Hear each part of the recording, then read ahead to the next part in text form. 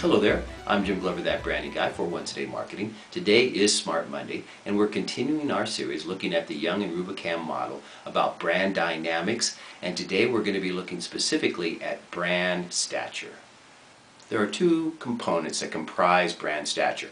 One is esteem, the other is knowledge. Esteem is your product or service held in high regard, and is it best in class, or maybe not? And with respect to its growth, is it growing in popularity, or maybe it's declining? And how about knowledge? Does everybody truly understand what your brand is all about and what it stands for?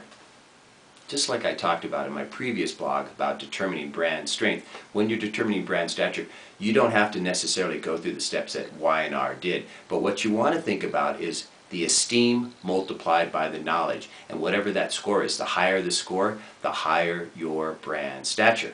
And what you're hoping is that if you have high esteem, and perhaps not so much knowledge from a marketing perspective, you can build that knowledge. On the other side, if you have a lot of knowledge about your product, but people don't hold your product in high regard, then you've got a different marketing issue. You've got to help let them understand why there should be a greater appreciation for your product or service.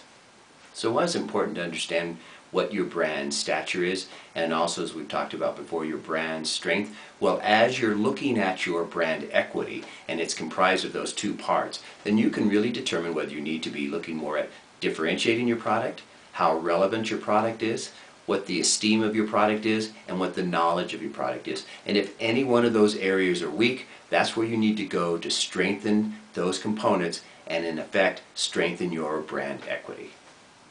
By putting these various steps into motion, I'm sure your brand equity is already on the rise. If you need any branding or marketing support, please contact me to discuss an online or face-to-face service engagement. You can always find that information at the end of the video. I'm Jim Glover, that branding guy for Once a Day Marketing, and we'll see you next time.